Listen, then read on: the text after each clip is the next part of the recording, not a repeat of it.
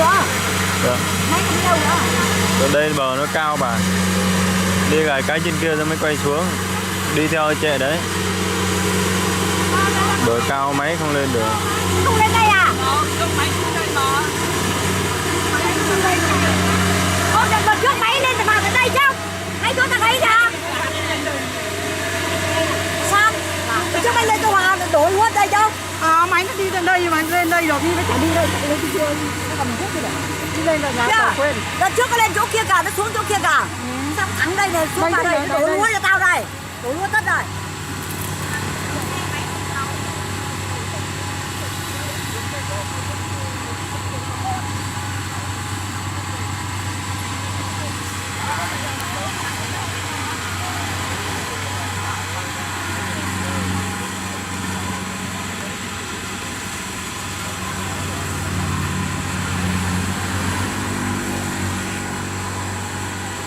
Ôi giời, sao nó bò lên Lý Bình còn cao nữa? Bò Lý Bình còn cao hơn đây. Thật thật cái bò này, cái bò kia còn cao hơn đây.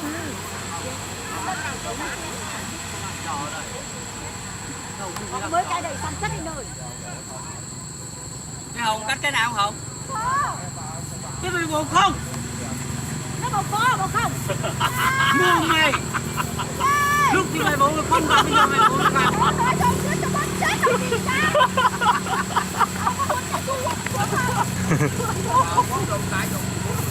Mày mua như thế này mày 3 ngày. Mày đi chợ toàn keo.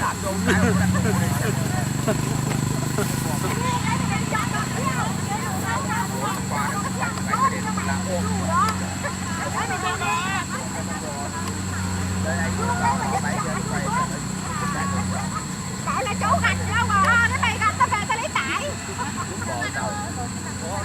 Ông ta bảo là tao thu rồi lấy thu rồi đi chợ rồi lấy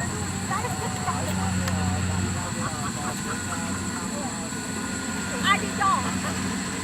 Ý này xong hết rồi. Ra đây còn sao nữa? Ai là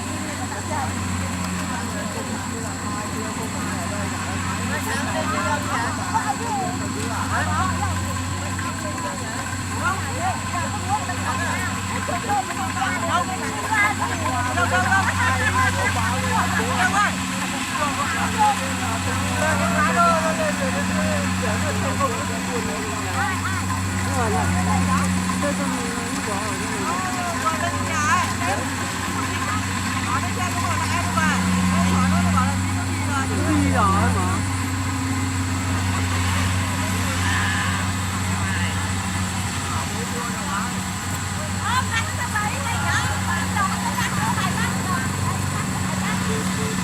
Đây, em cháu ở đây sang ăn thôi.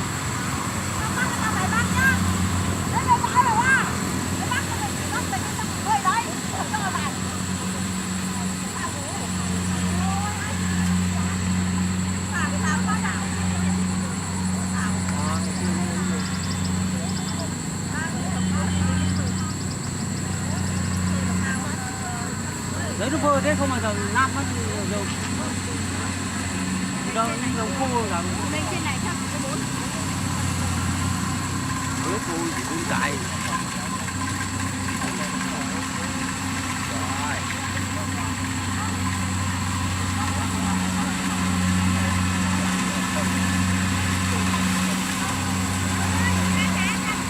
Con kéo bây giờ nó đặt đâu.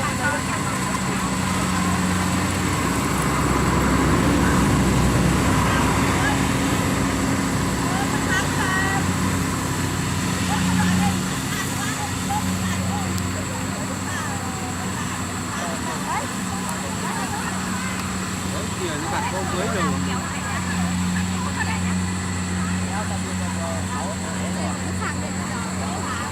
Không giờ lên Mỹ Bình lên thằng. Kéo mặt nữa là đâu? Đây kéo cắt là đâu?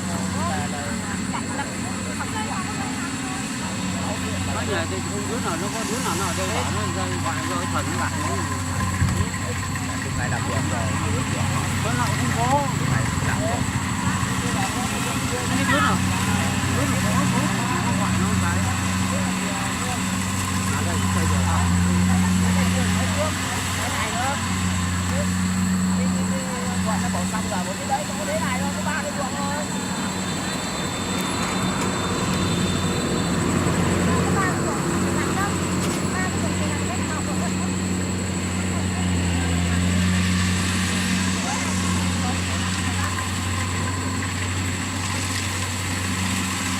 đấy trước kia máy là chạy từ đấy chạy xuống, máy chạy nhét xuống nhà Trung Cường ra, xuống nhà Trung Quần ra, đi men đấy, như phải có Trung Quần. Ôi trời ơi, nó còn nó lại nữa con mẹ nó lấy Lấy năm ngoái á,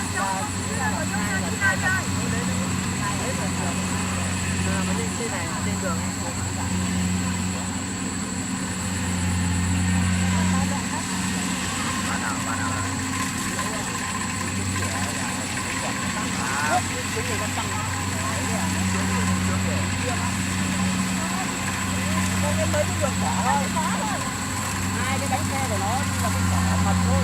Đấy,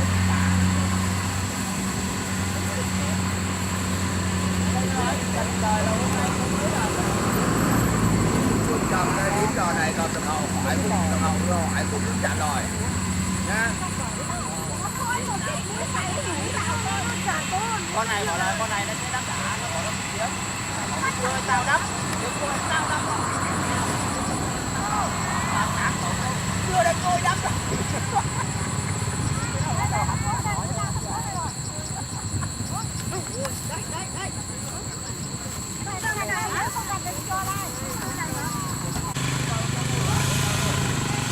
Đấy, cho xuống dọn cái nhậu đây không? Xuống đây. Cái dọn đây như là đâu? Chỗ đất nè. Cái này còn hai chỗ này kia. Bạc đấy. Đấy, cái này kia đây. Đấy. Được chưa?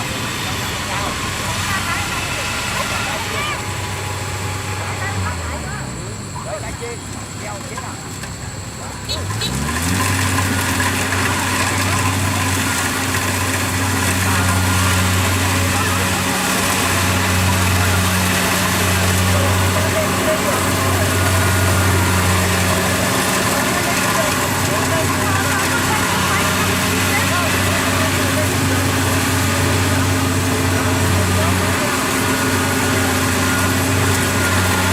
Đây đó.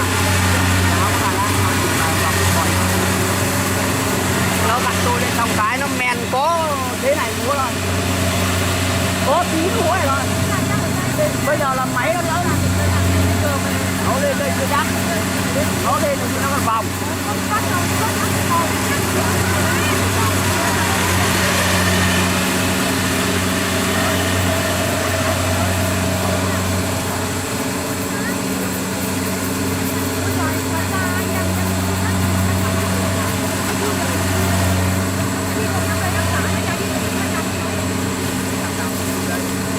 Nó vẫn xuống tràn kia để cho nhà thằng Khánh Thần Hậu nó lo gì.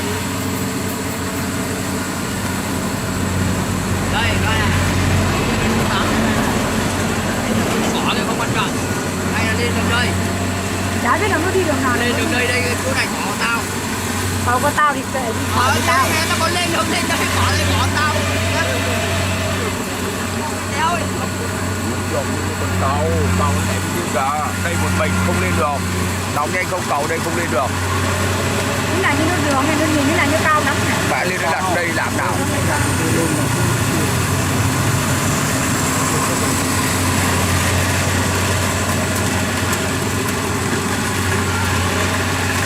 Cái lúc xuống vô nào. Giờ mãi tầm xuống đường Tân Hà rồi để cầu bỏ đây không Chưa là cả kéo đầu đi lối nào rào. rồi Đi tầng này rào. Cái này là đi qua hai cái nhà các đi qua đường mình muốn đâu trả cầu bỏ lên là phải tại mình đi đã phải buông trước cái thằng xây trước sau đây cũng phải cái này nằm cấp đây sao anh bè nó ra được không con kìa. được không có đi được đâu mình chọn chọn khẩu quá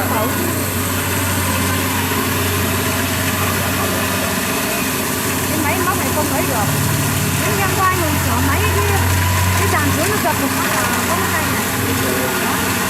Đen có một giờ. bây giờ đi làm cho Một máy đi làm ở cái này. Nhưng một máy thì thò thì đến 2 tháng chúng ta. bảo rồi mẹ sáng nay mẹ 2 anh em điện thoại bảo xuống qua cái đấy mấy vị đi chủ nhân là cái nó cầm cuối cùng tháng này đấy lại 2-3 máy đây là mấy trăm cố nhau mà đây gặp ai gặp đúng không cùng hao thì mình gọi máy giờ đến mình gọi máy 200 ra đây ngồi cũng ngồi gì trong gọi đã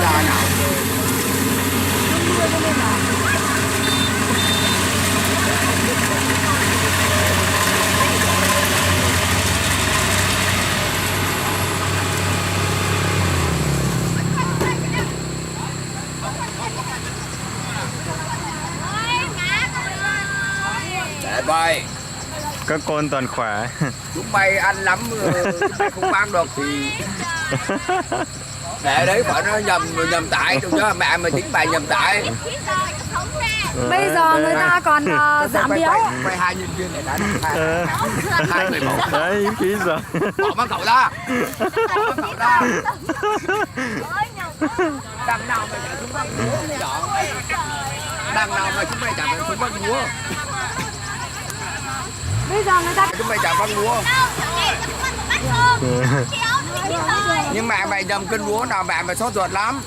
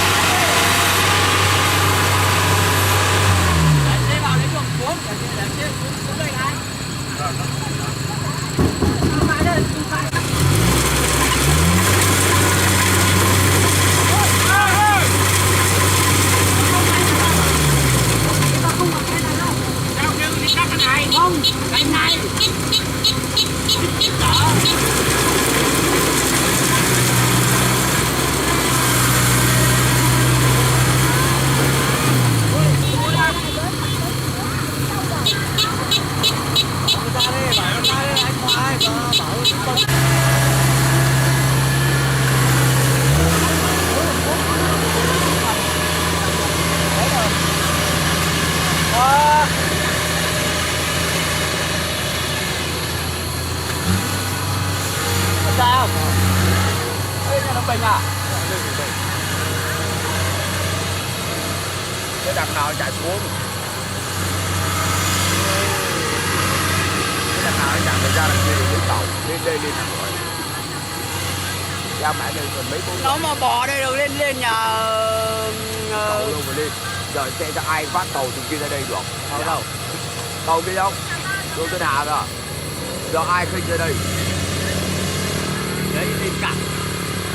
Đéo có lên đéo cầu có ngoài mà lên. Đéo lên nổi. Tao nói với mày. Nó đi được với ông làm gì nó? À. Nó đi được ông làm gì nó? Trời ơi đấy phải cầu chứ. Bạn nó chỉ cầu ép phát thì bạn có khác gì là đi cầu Facebook rồi đó. Rất nhiều.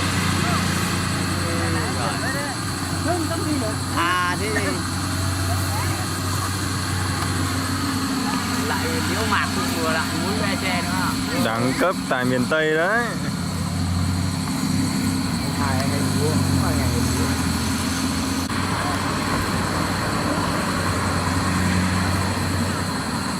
Đấy anh Cường để vào cái góc cái rồi ngay nhá.